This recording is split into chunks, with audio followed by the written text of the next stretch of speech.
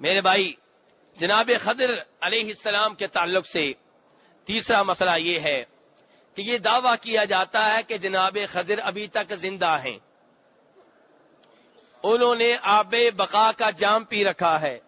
جی کہتے ہیں جناب خضر زندہ ہیں. کیا کہتے ہیں؟ میرے بھائی عقیدہ ٹھیک کر لیں، بہت بڑا مسئلہ ہے.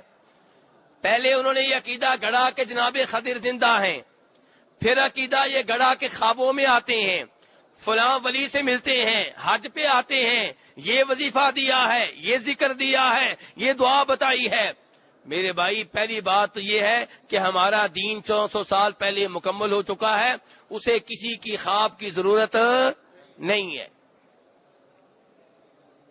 دوسری بات یہ ہے کہ یہ جو دعویٰ کرتے ہیں کہ جناب خضر میرے بزرگ کو خواب میں ملے، مجھے یہ تو بتائیں ان کو یہ کیسے پتا چلا کہ جناب خضر کا حلیہ کیا ہے، ان کا چہرہ کیسا تھا، ان کی داڑھی کیسی تھی، ان کا قد کتنا تھا، ان کا رنگ کیسا تھا؟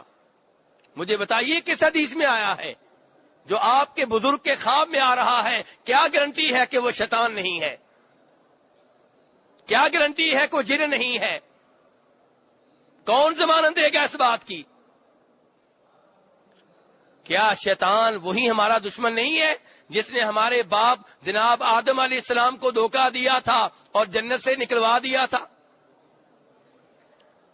جب ہمارے باپ جناب آدم اس کے وار سے بچ نہ سکے تو باقیوں کی کیا حیثیت ہے؟ کیا قرآن پاک میں یہ بات موجود نہیں ہے سورہ آراف میں 8ویں سپارے میں کہ اس نے آدم علیہ السلام سے اور ان کی بیگم سے کہا اللہ نے تمہیں اس درخت سے پتہ ہے کیوں روکا ہے؟ اس لیے روکا ہے کہ کہیں تم فرشتے نہ بن جاؤ، اس لیے روکا ہے کہ کہیں ایسا نہ ہو کہ تم پکے جنت کے وارث بن جاؤ. اس لیے میرا مشورہ یہ ہے کہ تم اس درخت کے قریب جاؤ جس سے تمہیں روکا گیا ہے تاکہ تم پکے جنتی بن جاؤ.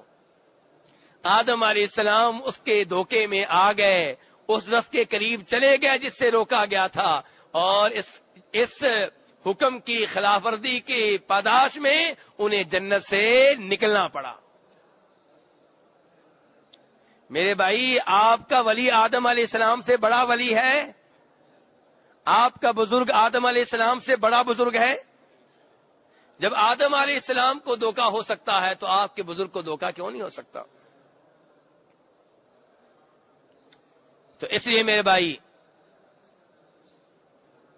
یہ بات ذہن میں رکھیں کہ خضر کے تعلق سے جتنے واقعات، جتنی کہانیاں، جتنے خواب ہماری کتابوں میں لکھے ہوئے ہیں ان کی کوئی حقیقت نہیں ہے سوائے ان صحیح احادیث کے جو میرے اور آپ کے نبی صلی اللہ علیہ وسلم نے بتائی ہیں. تو اب ہم نے جائزہ لینا ہے کہ کیا واقعی جناب خضر زندہ ہے؟ میرے بھائی اللہ تعالیٰ فرماتے ہیں قرآن پاک میں سورہ انبیاء آیت نمبر 34 17واں سپارہ وما جعلنا لبشر من قبلک الخلد افإن مت فهم الخالدون، کہ آپ سے پہلے جتنے بشر آئے ہیں ہم نے ان میں سے کسی کو ہمیشہ کی زندگی نہیں دی. افإن مت، اگر آپ نے فوت ہونا ہے، افإن مت، اگر آپ پہ موت نے آنا ہے، اگر آپ نے موت کا جام پینا ہے، فهم الخالدون، یہ کون سے ہمیشہ رہنے والے ہیں؟ کل نفس ذائقۃ الموت، ہر نفس نے، ہر جان نے موت کا ذائقہ چکھنا ہے. تو اللہ تعالیٰ نے ان دو آیتوں میں کیا فرمایا ہے کہ آپ سے پہلے جتنے بھی بشر آئے ہیں ان میں سے کسی کو ہم نے ہمیشہ کی زندگی نہیں دی. کیا مطلب؟ وہ آئے اور چلے گئے سوائے جناب عیسیٰ علیہ السلام کے، یا جن کے بارے میں دلیل موجود ہے، جن کے بارے میں قرآن نے بتا دیا کہ عیسیٰ علیہ السلام آسمانوں پہ زندہ ہیں اور ایک دن دنیا میں تشریف لائیں گے، پھر ان کے اوپر موت آئے گی. اس پہ ہمارا ایمان ہے کیونکہ یہ شریعت نے بتا دیا. یہ میرے خواب میں نہیں آیا، میرے بزرگ کے خواب میں نہیں آیا، میرے بزرگ کو کشف نہیں ہوا، میرے بزرگ کو الہام نہیں ہوا، بلکہ یہ اللہ نے بتایا، اللہ کے رسول صلی اللہ علیہ وسلم نے بتایا. اور جن کے بارے میں نہیں آیا ان کے بارے میں بتا دیا گیا کہ کسی کو بھی ہمیشہ کی زندگی نہیں ملی، اور ہمیشہ کی زندگی اگر ملنا ہوتی تو کسے ملتی؟ امام الانبیاء جناب محمد صلی اللہ علیہ وسلم کو ملتی. جب موت سے وہ نہ بچ سکے تو کوئی اور کیسے بچ سکے گا؟ دوسری بات یہ ہے میرے بھائی کہ اگر جناب خضر زندہ ہوتے تو ان پہ واجب تھا کہ نبی صلی اللہ علیہ وسلم کے پاس آتے، آپ کی بیعت کرتے، آپ کے اوپر ایمان لاتے، جہاد میں آپ کے ساتھ شریک ہوتے، آپ سے علم حاصل کرتے، کیونکہ اللہ تعالیٰ نے قرآن پاک میں فرمایا ہے سورہ آل عمران آیت نمبر 81 اور 82، وَإِذْ أَخَذَ اللَّهُ مِيثَاقَ النَّبِيِّينَ لَمَا آتَيْتُكُم مِّن كِتَابٍ وَحِكْمَةٍ ثُمَّ جَاءَكُمْ رَسُولٌ مُصَدِّقٌ لِّمَا مَعَكُمْ لَتُؤْمِنُنَّ بِهِ وَلَتَنصُرُنَّهُ، کہ اللہ تبارک و تعالیٰ نے نبیوں سے عہد لیا. اللہ تعالیٰ نے کن سے عہد لیا؟ نبیوں سے عہد لیا کہ لما آتیتکم من کتاب و حکمہ، کہ جب میں تمہیں کتاب دے دوں، تمہارے اوپر کتاب نازل کروں، آسمانی کتاب تمہارے اوپر نازل ہو جائے، تمہیں نبوت مل جائے، ثم جاءکم رسول، پھر تمہارے پاس ایک رسول آئے، لتؤمنن بہ، تمہارے اوپر واجب ہوگا کہ اس رسول کے اوپر ایمان لاؤ، ولتنصرنہ، اور اس کی مدد کرو. قال اقررتم واخذتم على ذلكم اصری، کیا تم اقرار کرتے ہو اور میرے اس عہد کو قبول کرتے ہو؟ انہوں نے کہا ہاں اللہ، ہم نے اقرار کیا اور تیرا یہ عہد قبول کیا. فرمایا اب یہ عہد ہو چکا، فمن تولا بعد ذلك، اب جو اس عہد سے پھرے، اس عہد کو توڑے، فاولئک هم الفاسقون، ایسا شخص فاسق و فاجر ہے. میرے بھائی پتہ چلا کہ اگر جناب خضر زندہ ہوتے تو آپ کے پاس آتے، آپ کے ہاتھ میں بیعت کرتے، آپ کے اوپر ایمان لاتے، بدر کی لڑائی میں آپ کے ساتھ شریک ہوتے، احد کی لڑائی میں آپ کے ساتھ شریک ہوتے، احزاب خندق کی لڑائی میں آپ کا ساتھ دیتے، لیکن ایسا نہیں ہوا. پتہ چلا کہ وہ موجود نہیں ہیں بلکہ دنیا سے جا چکے ہیں. کتنے دلائل ہو گئے میرے بھائی ان کے فوت ہونے کے؟ جی نہیں میرے بھائی، 2 ہوئے ہیں ابھی. کتنے ہوئے ہیں؟ ایک سورہ انبیاء کی آیت نمبر 34 وما جعلنا لبشر من قبلک الخلد، اور دوسرے نمبر پہ سورہ آل عمران آیت نمبر 81-82، اللہ آپ کو خوش رکھے. اور تیسری دلیل میرے بھائی جس سے پتہ چلتا ہے کہ جناب خضر اب زندہ نہیں ہے، اور یہ جو قصے کہانیاں بیان کی جا رہی ہیں یہ جھوٹ ہیں، یہ غلط ہیں، شیطان کا دھوکہ ہے. تیسری دلیل وہ حدیث ہے جسے روایت کیا ہے امام مسلم نے اور امام بخاری رحمہ اللہ نے،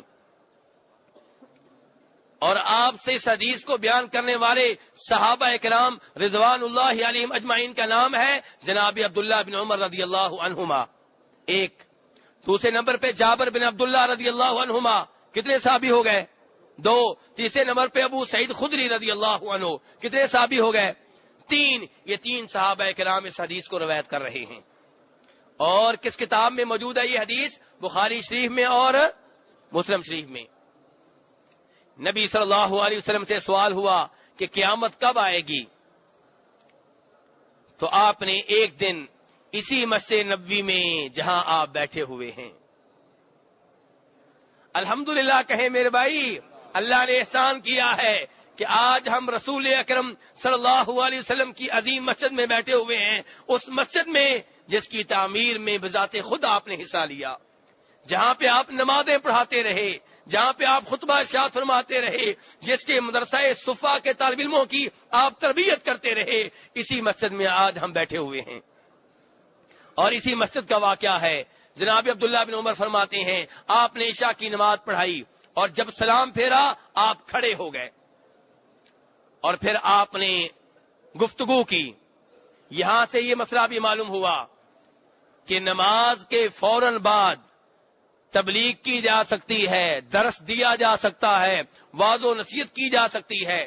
کئی دفعہ ہمیں کئی مساجد میں جانے کا موقع ملا، جب نماز کے فوراً بعد وہاں درس دیتے ہیں، لوگ کہتے ہیں جی آپ اتنی جلدی کرتے ہیں، ہمیں پہلے سنتے تو پڑھنے دیں، ہمیں وطر تو پڑھنے دیں۔ میرے بھائی یہاں پہ دیکھیے، نبی صلی اللہ علیہ وسلم کی آخری زندگی کا واقعہ ہے کہ آپ نے مسجد نبوی میں عشاء کی نماز پڑھائی۔ عشاء کی نماز کے بعد سنتے ہوتی ہیں کہ نہیں ہوتی؟ ہوتی ہیں، لیکن عبداللہ بن عمر فرما رہے ہیں کہ آپ نے سلام پھیرا اور کھڑے ہو گئے، اور پھر آپ نے فرمایا کہ مجھ سے کہا جاتا ہے، مجھ سے سوال ہوا ہے کہ قیامت کب آئے گی؟ قیامت کا علم صرف اللہ تبارک و تعالیٰ کے پاس ہے، اور یہ آپ کی آخری زندگی کا واقعہ ہے۔ مجھے بتائیں آپ عالم الغیب ہیں کہ نہیں؟ ہے عالم الغیب؟ پھر کیسے کہہ رہے ہیں کہ قیامت کا علم صرف اللہ کے پاس ہے؟ اور اس کے بعد فرمایا قیامت کے بارے میں تو نہ بتا سکے، قیامت کے بارے میں تو نہ بتا سکے، لیکن یہ کہا، یہ الفاظ سننے والے ہیں میرے بھائی، اس سے ہمارا آج کا مسئلہ حل ہوگا۔ آپ نے فرمایا آج روئے زمین پہ، اس رات روئے زمین پہ جتنے بھی انسان موجود ہیں، ان میں سے کوئی بھی 1 صدی کے بعد زندہ نہیں رہے گا۔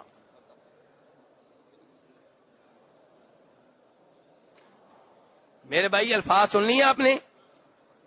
فرمایا جتنے بھی انسان آج رات روئے زمین پہ موجود ہیں، ان میں سے کوئی بھی 100 سال کے بعد باقی نہیں رہے گا، سارے کے سارے فوت ہو چکے ہوں گے۔ پتہ چلا کہ جناب خضر اگر نبی صلی اللہ علیہ وسلم کے زمانے میں موجود تھے تو تب بھی 100 سال کے اندر اندر فوت ہو چکے ہیں۔ پھر یہ دعوے کرنا کہ جناب خضر نے یہ وظیفہ بتایا ہے، یہ درود بتایا ہے، میرے ولی کو بتایا ہے، میرے بزرگ کو بتایا ہے، میرے پیر کو بتایا ہے، میرے قاری صاحب کو بتایا ہے، میرے بھائی یہ کہاں کا انصاف ہے؟ کون سی شریعت ہے؟ اللہ کے لیے میرے بھائی خالص کتاب و سنت کی طرف واپس لوٹ آئیں، قصے کہانیوں کی دنیا سے باہر نکلیں، خوابوں کی دنیا سے باہر نکلیں۔ دین ہمارا مکمل ہے، 400 سال پہلے مکمل ہو چکا ہے۔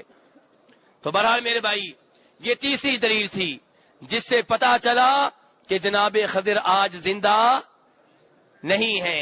میرے بھائی حدیث واضح ہے کہ نہیں واضح؟ دلیل واضح ہے کہ نہیں واضح؟ بالکل واضح دلیل ہے، اور اس سے یہ مسئلہ صرف میں نے معلوم نہیں کیا، امام بخاری رحمہ اللہ نے بھی بتایا تھا، انہوں نے بھی واضح کیا تھا کہ جناب خضر زندہ نہیں ہے، اور پھر انہوں نے بھی یہی حدیث پڑھی کہ یہ حدیث بتا رہی ہے کہ جناب خضر زندہ نہیں ہے۔ اور یہی موقف ہے امام ابن العربی المالکی کا، انہوں نے بھی یہی کچھ بتایا تھا۔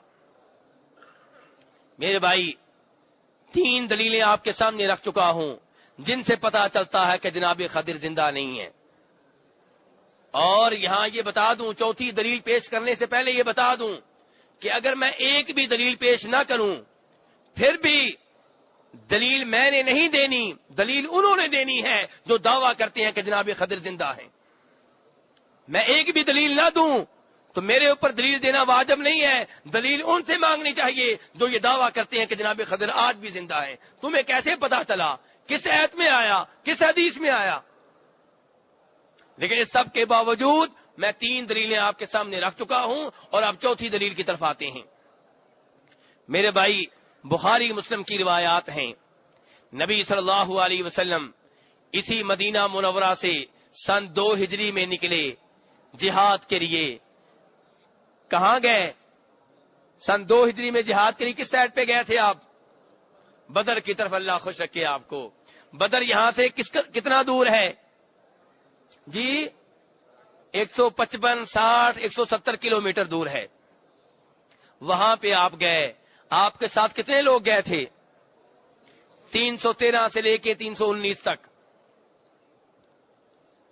یہ گئے، اور جب وہاں پہ پہنچے تو دشمنوں کی تعداد کتنی تھی؟ 1000۔ نبی صلی اللہ علیہ وسلم ان صحابہ کرام کو یہ کہہ کے گئے تھے کہ اہل مکہ کا تجارتی قافلہ شام سے کاروبار کر کے واپس آ رہا ہے، مکہ جا رہا ہے، ہم نے ان کے اوپر حملہ کرنا ہے۔ اب یہاں پہ کچھ ایسے بھائی بھی ہوں گے جنہیں یہ مطمئن کرنا ضروری ہوگا کہ آپ تجارتی قافلے پہ حملہ کیوں کر رہے تھے۔ میرے بھائی، اہل مکہ کون ہیں؟ یہ اہل مکہ وہ ہیں جنہوں نے مسلمانوں کے اوپر ظلم کیا تھا، جنہوں نے مسلمانوں کو مکہ سے نکالا تھا، جنہوں نے مسلمانوں کے مکہ والے گھروں پہ قبضہ کیا تھا، ان کے مال پہ قبضہ کیا تھا، ان کی زمینوں پہ قبضہ کیا تھا، اور اب بھی مسلمانوں کو معاف کرنے کے لیے تیار نہیں تھے، سازشیں جاری تھیں۔ اس لیے آپ چاہتے تھے کہ ان کی کمر توڑی جائے اور ان کو بتایا جائے کہ مسلمان اتنی کمزور طاقت نہیں ہے۔ تو بہرحال یہ 313 لوگ اس لیے آپ کے ساتھ گئے تھے کہ تجارتی قافلہ ہے، لڑنے والے لوگ نہیں ہیں، باقاعدہ دشمن فوج نہیں ہے، بلکہ تجارتی قافلہ ہے، بڑی آسانی سے ان کے اوپر حملہ کریں گے اور مال حاصل کر لیں گے۔ لیکن جب وہاں پہ پہنچے تو صورتحال تبدیل ہو چکی تھی۔ کیوں؟ تجارتی قافلے کا سربراہ کون تھا؟ ابو سفیان۔ ماشاءاللہ، اللہ آپ کو سلامت رکھے، اللہ آپ کے علم میں اضافہ فرمائے۔ ابو سفیان اس تجارتی قافلے کا سربراہ تھا۔ وہ عام آدمی نہیں تھا، اس کو بھی پتا تھا کہ مدینہ کے قریب سے گزر رہا ہوں، دھیان سے گزرنا ہوگا۔ اس کو اپنے جاسوسوں کے ذریعے اطلاع مل چکی تھی کہ مسلمان مدینہ سے ہمارے اوپر حملہ کرنے کے لیے نکل چکے ہیں، اس لیے وہ سمندر کے قریب ہو گیا، وہ سمندر جو یمبو کے پاس سے گزر رہا ہے وہاں سے وہ گزر گیا، اور اس سے پہلے اس نے اپنا ایک سفیر، ایک قاصد مکہ بھیج دیا کہ تجارتی قافلے کو خطرہ ہے، فوری طور پہ ہماری مدد کے لیے آؤ۔ ابو جہل وہاں سے 1000 آدمی لے کر نکلا۔ ادھر ابو سفیان نے جب دیکھا کہ ہم خیریت سے گزر گئے ہیں، اس نے ایک نیا قاصد بھیجا کہ اب واپس چلے جاؤ، ہم خیر و سلامتی سے گزر کے آ گئے ہیں۔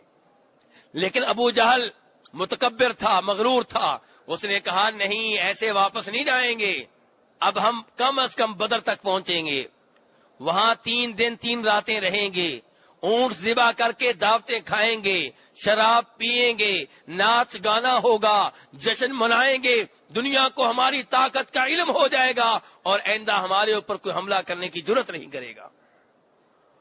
اس کی موت اسے بدر میں لا رہی تھی۔ چنانچہ 1000 آدمی پہلے تھا تجارتی قافلہ جس میں 40 آدمی تھے اور لڑنے والے نہیں تھے، لڑائی کی تیاری کر کے نہیں آئے تھے۔ اب 1000 ہیں، لڑائی کی تیاری کر کے آئے ہیں، اسرار لے کر آئے ہیں، مقابلہ بڑا سخت ہے۔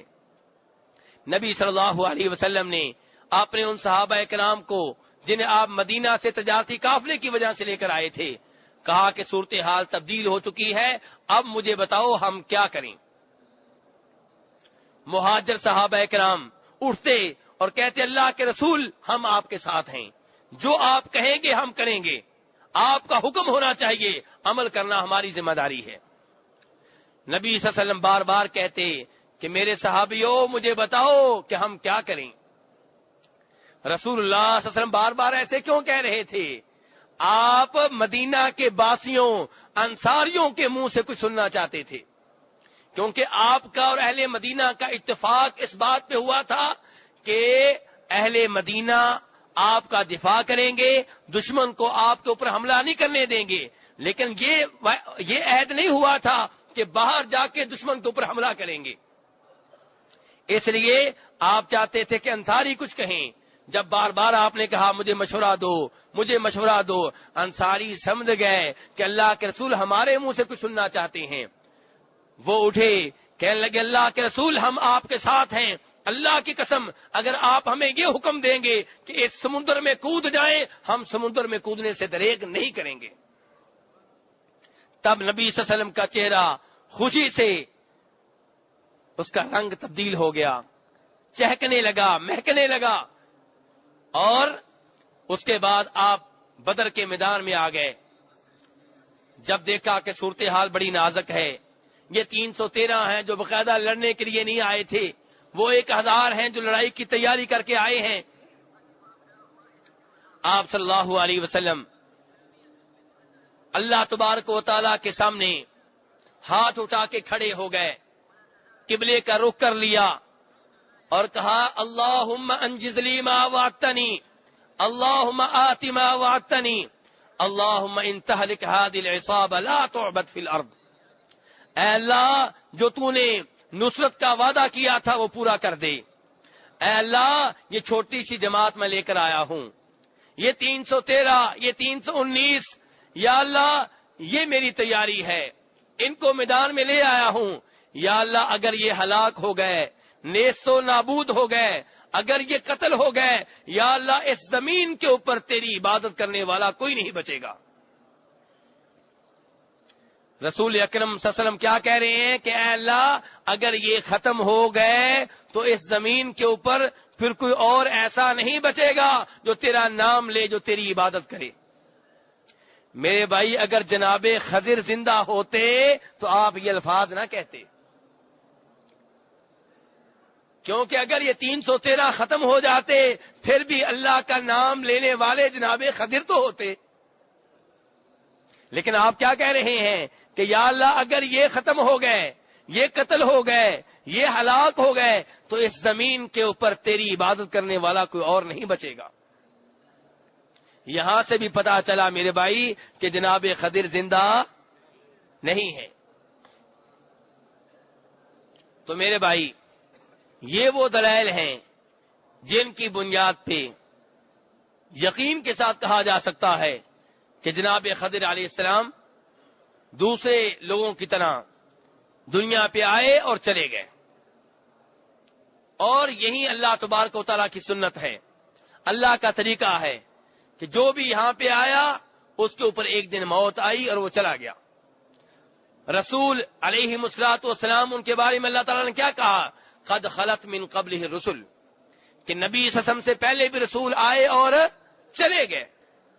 تو یہ اللہ کا نظام ہے، یہ اللہ کا سسٹم ہے، یہ اللہ کی سنت ہے، یہ اللہ کا طریقہ ہے، اس سے کوئی بھی بچ نہیں سکتا سوائے ان کے جن کے بارے میں شریعت نے بتا دیا، اور ان میں سے ایک کون ہے؟ جناب عیسیٰ علیہ السلام، کہ وہ فی الحال زندہ ہیں، آسمانوں پہ ہیں، احادیث میں صاف صاف بتا دیا گیا ایک دن ان کا نزول ہوگا، اس زمین پہ رہیں گے، پھر وہ بھی فوت ہو جائیں گے، لیکن بہرحال آج وہ زندہ ہیں، اور وہ بھی کہاں پہ ہیں؟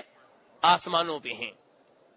اور وہ جو زندہ ہیں ان کے بارے میں ایسی کہانیاں مشہور نہیں ہوئیں، ان کے بارے میں کسی نے نہیں کہا کہ مجھے خواب میں ملے، مجھے کشف ہوا، مجھے الہام ہوا، مجھے وظیفہ بتایا، مجھے ذکر بتایا۔